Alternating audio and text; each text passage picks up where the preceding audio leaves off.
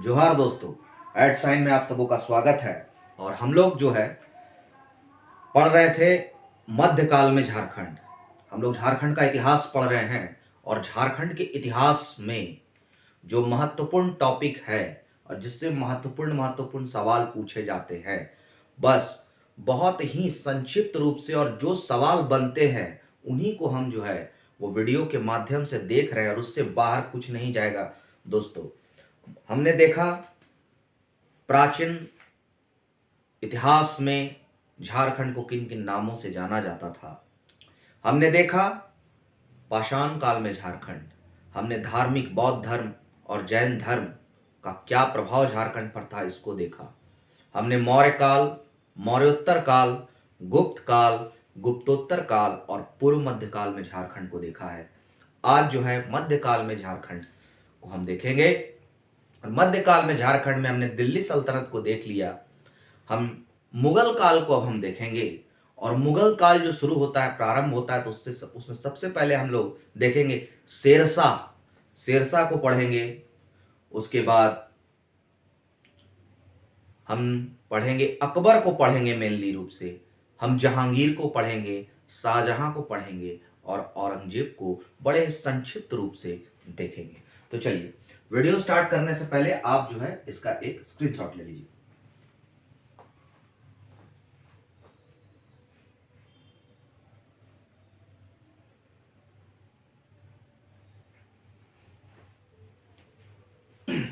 उम्मीद है कि सबों ने स्क्रीनशॉट ले लिया होगा।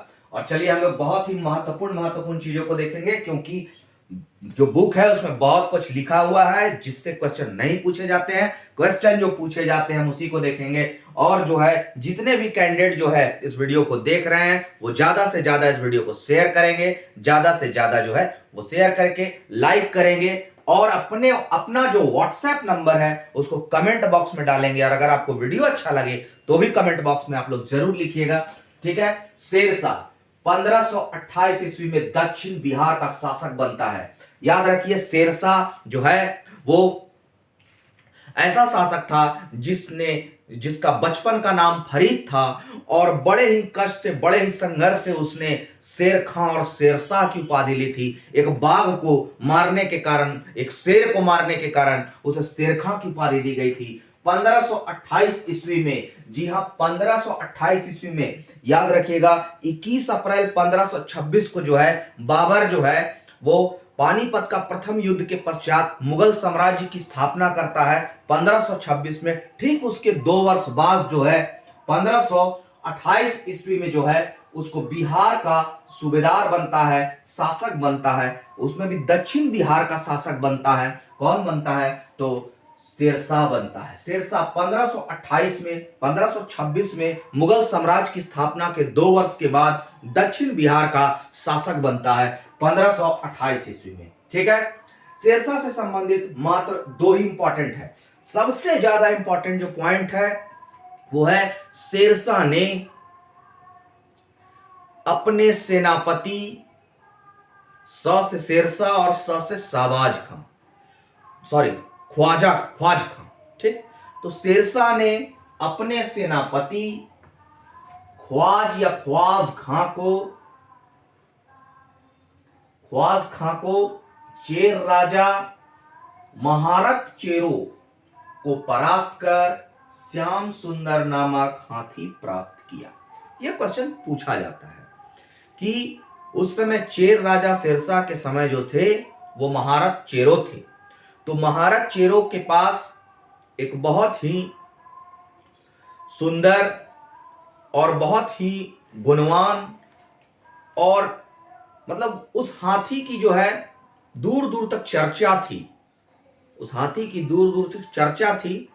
तो इसलिए उस हाथी को, श्याम सुंदर नामक उस हाथी को प्राप्त करने के लिए शेरशाह लालायित हुआ और शेरशाह का सेनापति जो है ख्वाज खां ने चेर राजा महारत चेरो को परास्त किया और श्याम सुंदर नामक हाथी प्राप्त किया। तो महारत नाम से स्पष्ट है। तो चेर राजा महारत चेरो को परास्त कर श्याम सुंदर नामक हाथी कौन प्राप्त करता है? शेरशाह प्राप्त करता है। शेरशाह का सेनापति प्राप्त करता है ख्वाज खां। ये एक इंपॉर्टेंट क्वेश्चन आता है। और चूंकि जब शेरशाह का मुगलों से संघर्ष हुआ, विशेषकर हुमायूं से, तो जो ज्यादा जो है वो शेरशाह जो है वो झारखंड का बहुत उपयोग किया, जिसके कारण झारखंड का उपयोग किया, बंगाल अभियान में भी झारखंड के रास्ते का उपयोग किया।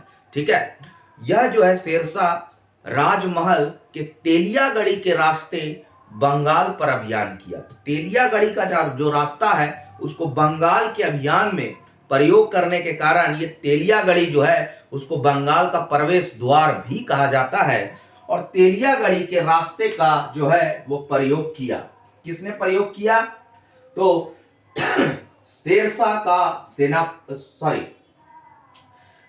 शेरशाह ने राजमहल की पहाड़ियों के बीच स्थित तेलियागढ़ी के रास्ते का बंगाल अभियान में प्रयोग किया, पहला।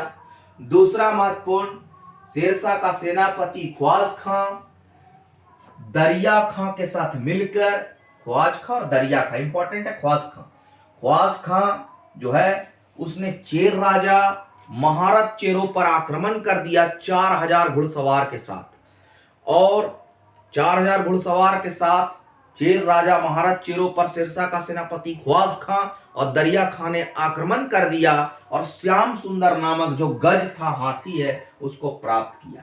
ठीक है, क्योंकि शेरशाह का मुगलों के साथ संघर्ष हुआ और उस दरमियान ये झारखंड में ही ज्यादा रहा, बंगाल अभियान में भी झारखंड के रास्ते का प्रयोग किया, इसीलिए झारखंड में मुस्लिमों के प्रवेश का मार्ग प्रशस्त करने का श्रेय शेरशाह को जाता है। शेरशाह के समय से ही ज्यादा मुसलमान जो हैं, इस्लाम धर्म को मानने वाले जो तुर्क मुगल जो थे अफगान, वो ज्यादा झारखंड में आने लगे, उनका आना जाना होने लगा। तो झारखंड में मुस्लिमों के प्रवेश का मार्ग प्रशस्त करने का श्रेय शेरशाह को जाता है। किसको जाता है? शेरशाह को जाता है झारखंड में मुस्लिमों के प्रवेश के मार्ग प्रशस्त करने का श्रेय। और श्याम सुंदर नामक हाथी चेर राजा महाराज चेरों को परास्त कर शेरशाह का सेनापति ख्वाज खां प्राप्त कर लिया। तेलियागढ़ी के रास्ते शेरशाह ने बंगाल में अभियान किए। तेलियागढ़ी को बंगाल का प्रवेश द्वार कहा जाता है। 1528 में 1526 के 2 साल बाद इस दक्षिण बिहार का शासक बना। बस शेरशाह में इतना ही है, इससे ज्यादा कुछ नहीं है। हुमायूं में कुछ नहीं है। शेरशाह और जब हुमायूं का संघर्ष हो रहा था तो हुमायूं जो है वो शेरशाह के साथ संघर्ष करते करते भुरकुंडा जो है आपका जो पड़ता है, भुरकुंडा इलाके में, भुरकुंडा क्षेत्र जो है, रामगढ़ भुरकुंडा, तो भुरकुंडा क्षेत्र तक आ पहुंचा था। इससे ज्यादा कुछ नहीं हुमायूं में। अकबर में है। एक चीज और आपको बता दूं, जैसा पहले ही बता चुका हूं कि मुगल काल में या मुगलों ने आईने अकबरी की बात की जाए, अबुल फजल की बात की जाए, अबुल फजल द्वारा रचित अकबरनामा की बात की जाए, तुजू के जहांगीरी की बात की जाए या शम्स सिराज अफीफ की बात की जाए, तो सबों ने इस क्षेत्र को कोकरा, कुकरा या खोखरा कहा है। आप कुछ भी बोलिएगा, अगर कोकरा देगा तो खोखरा नहीं देगा, कुकरा देगा तो कोकरा नहीं देगा। इसलिए अलग अलग जो किताब है अलग अलग चीज लिखता है, लेकिन मुगल काल में जो है झारखंड क्षेत्र को कोकरा, खोखरा या कुकरा या खोखरा कहा गया है।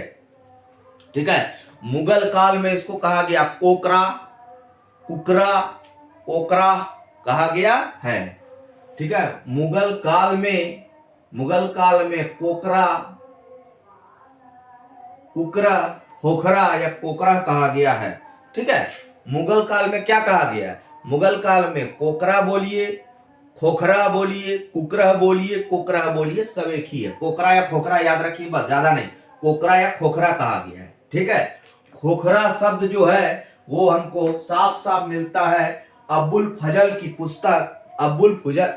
पुस्तक अकबरनामा में मिलता है। खोखरा शब्द झारखंड के लिए प्रयोग हुआ है, अबुल फजल का पुस्तक अकबरनामा में मिलता है। साथ ही शम्स सिराज अफीफ जो है इसको क्या कहा है? खोखरा कहा है।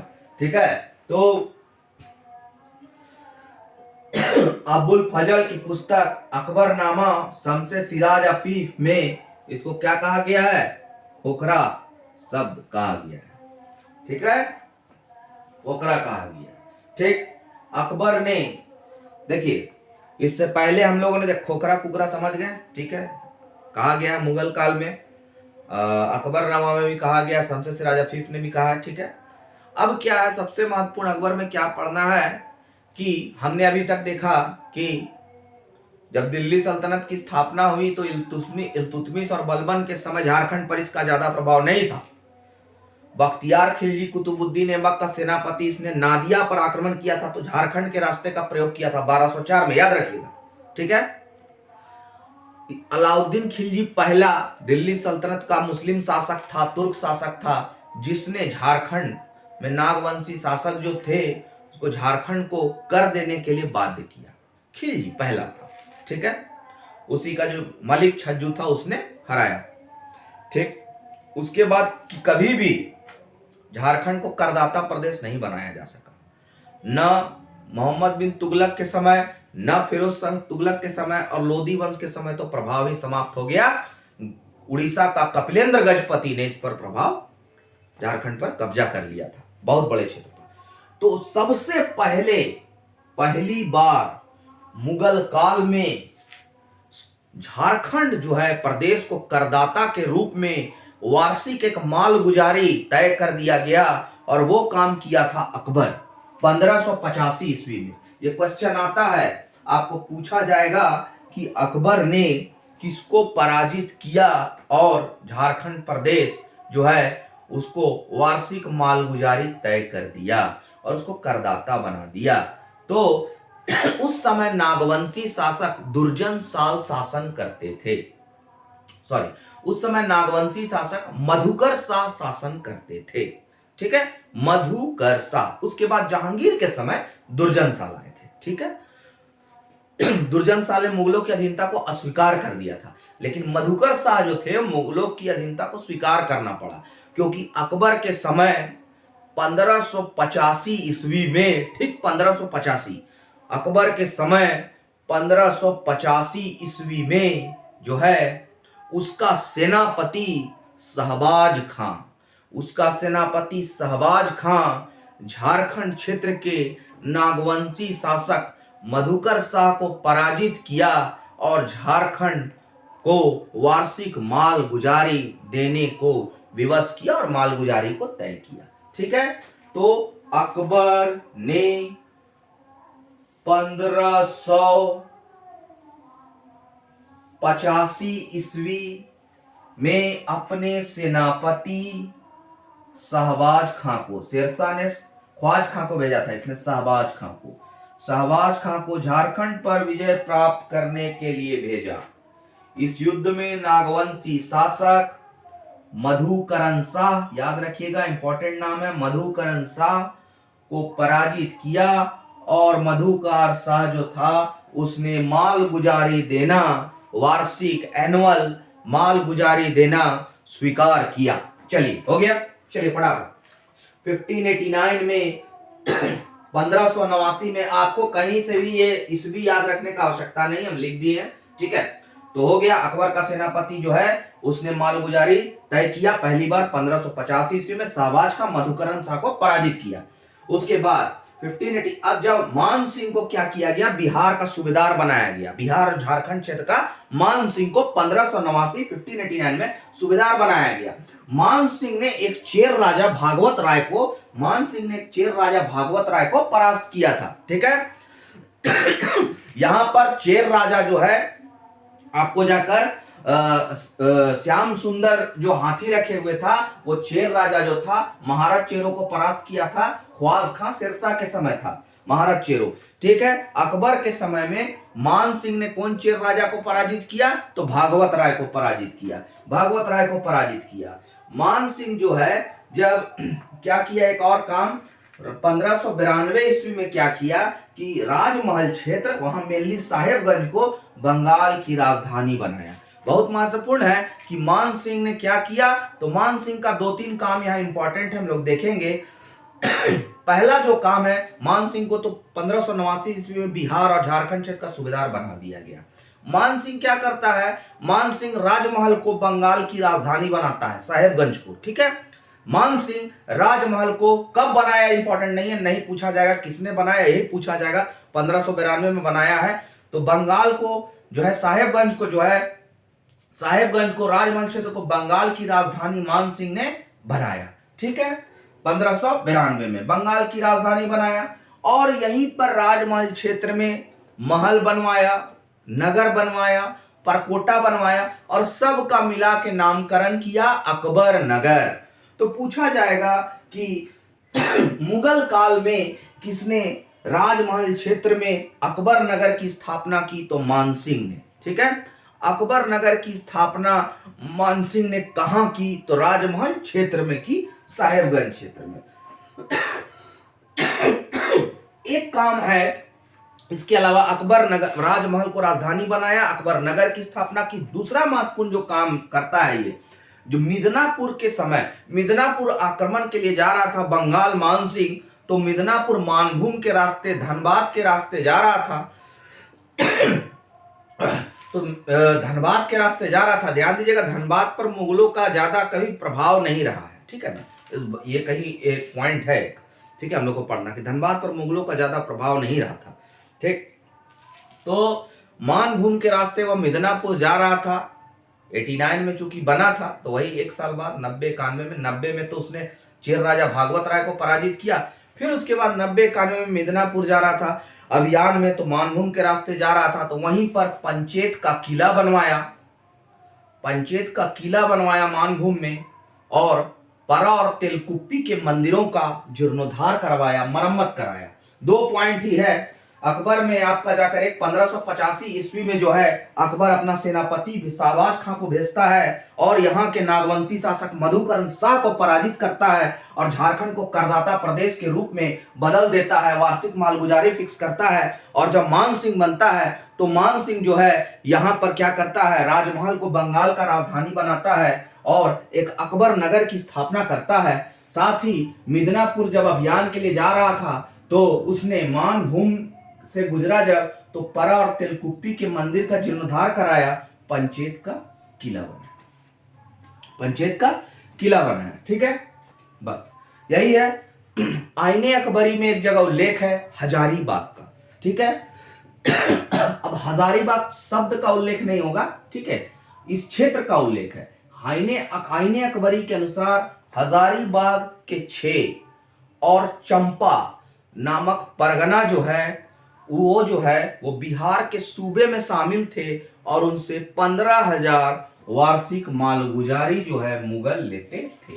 तो मुगल काल में अगर पूछ दे कि कितना वार्षिक मालगुजारी झारखंड से जाता था, तो अगर आपके पास डाटा नहीं है तो आप 15,000 आंसर जो है उसको कर सकते हैं। ठीक है, तो आईने अकबरी के अनुसार हजारीबाग क्षेत्र के 6 और चंपा परगने बिहार सूबा में शामिल थे, जहां 15,000 रुपया मालगुजारी जाता था। अब अकबर खत्म हो गया। ठीक है, हम जहांगीरी आएंगे। जहांगीर में उसकी आत्मकथा है, जहांगीर ने खुद अपनी बायोग्राफी लिखी है, तुजू के जहांगीरी। तो तुजू के जहांगीरी में वर्णन करता है कि कैसे शंख नदी से, जैसे मैंने आपको पढ़ाया था कि कौटिल्य ने अपने अर्थशास्त्र में वर्णन किया है इंद्रावती नदी का, ईब और शंख नदियों का, और यहां पर बताया गया ईब और शंख नदियों से हीरे प्राप्त किए जाते थे। तो वही कौटिल्य के अर्थशास्त्र को शायद अध्ययन किया होगा, या मैं नहीं स्पष्ट रूप से बोल सकता हूं, लेकिन तुजू के जहांगीरी में जहांगीर ने वर्णन किया है कि कैसे स्थानीय लोगों द्वारा शंख नदी से हीरा प्राप्त किया जाता है। इसीलिए वह जो है झारखंड क्षेत्र पर अधिकार करना चाहता था, हीरे को प्राप्त करने के उद्देश्य से। तो जहांगीर ने अपनी आत्मकथा तुजू के जहांगीरी में लिखा है कि शंख नदी से कैसे हीरे प्राप्त किए जाते थे। तो शंख नदी से हीरे प्राप्त करने का, ठीक है, वह वर्णन किया है। कौन किया है? तुजू के जहांगीरी। ठीक है, इसके समय नागवंशी शासक, मैंने बोला नागवंशी से मधुकरण शाह के बाद आया दुर्जन शाह। तो जहांगीर के समय दुर्जन शाह जो था वो जो है मुगलों की अधीनता को अस्वीकार कर दिया, और जो माल गुजारी टैक्स अकबर किया था, शायद 15,000 रुपया जो बोल रहा है आईने अकबरी में, तो जो भी होगा वार्षिक मालगुजारी देना बंद कर दिया। तब जहांगीर जो है फिर से जो है दुर्जन शाह के विरुद्ध एक सैन्य अभियान भेजता है इस मालगुजारी के लिए, और उसका नाम रहता है सेनापति का इब्राहिम खां। ठीक है। इब्राहिम खां को जहांगीर भेजता है 1615 ईस्वी में। डेट याद रख सकते हैं, एक डेट 1585 ईस्वी याद रखिएगा, जब अपने सेनापति शाहबाज खां को झारखंड विजय प्राप्त करने के लिए भेजता है अकबर, ठीक है, मधुकरण शाह को पराजित करता है। जहांगीर का एक डेट याद रखिए 1615 ईस्वी में। यह भी क्वेश्चन आया हुआ है कि जहांगीर ने जो है किसको पराजित करने के लिए भेजा, तो दुर्जन साल को पराजित करने के लिए भेजा। दुर्जन साल बहुत बड़ा हीरे का पारखी था, ठीक है। उसको 2015 में जो है इब्राहिम खां जो है उसको हराता है दुर्जन साल को, और बोलता है कि मुगलों की अधीनता स्वीकार कर लो, और नहीं स्वीकार करने के कारण उसको बंदी बनाकर ले आता है और ग्वालियर के किले में 1615 में रख देता है। 12 साल तक वह ग्वालियर के किले में रहता है। तो 1615 में जब हम 12 वर्ष जोड़ेंगे तो 1627 आएगा। तो 1627 में उसको छोड़ दिया जाता है। छोड़ इसलिए दिया जाता है कि इसमें कहानी है कि एक हीरा था, एक असली हीरा था, एक नकली हीरा था। तो उसमें जो है हीरा में विवाद हो गया कि कौन हीरा है, असली है और कौन सा हीरा जो है वो डुप्लीकेट है। तो दोनों हीरों में हीरे का चूंकि बहुत बड़ा पारखी था, जहांगीर भी हीरे का बहुत बड़ा पारखी था, तो जहांगीर ने बुलवाया दुर्जन साल को। दुर्जन साल ने क्या किया कि दोनों हीरों को भेड़ों के सींगों पर बांध दिया और दोनों भेड़ों को लड़वा दिया। तो जो हीरा टूट गया वो डुप्लीकेट था, और जो हीरा जो था वो नहीं टूटा, वो ओरिजिनल निकला। इसी हीरे के विवाद को समाप्त करने के लिए, असली हीरा को पहचानने के कारण जहांगीर ने खुश होकर जो है वो दुर्जन साल को वह रिहा कर दिया, और उनको जो है 6000 रुपया वार्षिक मालगुजारी जो है फिक्स कर दिया झारखंड में, ठीक है। और उसे दुर्जन साल ने भी स्वीकार कर लिया। तो 12 वर्ष कैद में रहने के बाद जहांगीर ने 1615 में इब्राहिम खान को दुर्जन साल के विरुद्ध अभियान हेतु भेजा। शंख नदी पर अधिकार कर लिया। जहांगीर का सेनापति इब्राहिम खान दुर्जन साल को कैद किया, 12 साल तक ग्वालियर के किले में रखा। 1627 में हीरे की पहचान कर लेने पर 6000 रुपया वार्षिक मालगुजारी स्वीकार करने पर छोड़ दिया, और दुर्जन साल को शाह की पदवी दी जहांगीर ने। इसलिए फिर दुर्जन शाह भी कहीं कहीं लिखा होता है, दुर्जन साल या दुर्जन शाह, ठीक है। एक क्वेश्चन और आता है कि चूंकि दुर्जन साल मुगलों की कैद में था, नजरबंदी में था, तो मुगलों के बहुत से जो स्थापत्य प्रभाव थे उसको लेकर आया था। इसीलिए दोईसा को जब ये राजधानी बनाता है, गुमला में दोईसा को राजधानी बनाया, तो जो भी स्थापत्य कला जो निर्माण किया उसमें मुगलों का बहुत प्रभाव था। उसी में इसने दोईसा को राजधानी बनाया और एक महल बनवाया जिसका नाम था नवरत्नगढ़ महल। बहुत महत्वपूर्ण है, क्वेश्चन पूछा जाएगा नवरत्नगढ़ महल कहां है, दोईसा में है। किसने बनवाया, दुर्जन साल में बनाया। दोईसा मतलब गुमला, गुमला में है नवरत्नगढ़ महल। और इसमें जो है मुगलों का झरोखा दर्शन का प्रभाव था, इसलिए मुगलों के झरोखा दर्शन का प्रभाव था। तो दुर्जन साल से हमेशा क्वेश्चन पूछा जाता है, इसलिए ये आपका VBI हो गया। दुर्जन साल जिसने मुगलों की अधीनता को अस्वीकार कर दिया, 1615 में जहांगीर ने भेजा, इब्राहिम खान को भेजा। ये इब्राहिम खान ने शंख नदी पर कब्जा किया, उसके बाद जहांगीर को पकड़ा, ग्वालियर के किले में कैद किया, 12 साल बाद छोड़ दिया।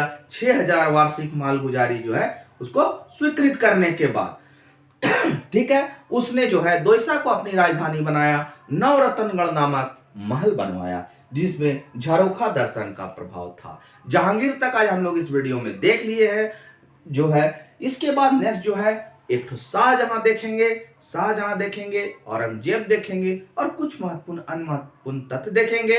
और हमारा तीसरा जो वीडियो में मध्यकाल में झारखंड जो है वो खत्म हो जाएगा। अगले वीडियो में टोटल जो है खत्म हो जाएगा, इसलिए वीडियो को बिल्कुल नहीं छोड़िएगा। नेक्स्ट वीडियो जो है इसके बाद तुरंत ही आ जाएगा, कल हम वीडियो फिर डाल देंगे, ठीक है। तो तब तक के लिए धन्यवाद। जय हिंद, जय भारत।